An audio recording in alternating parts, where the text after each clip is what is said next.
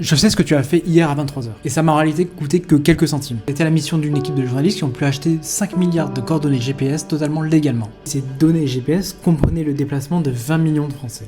Mais au final, tout ça, comment est-ce que ça fonctionne? Imagine que tu viens de t'acheter un nouveau téléphone, tu le connectes pour la première fois à internet, tu télécharges tes applications préférées de jeux ou de météo, tu donnes accès à ta localisation et un pop-up publicitaire te demande si tu acceptes de partager ces données. Sans faire trop attention, tu acceptes. Ces données viennent d'être aspirées par un data broker, qui est un courtier en données. Ton but va être tout simplement de revendre ces données à des régies publicitaires ou des entreprises privées.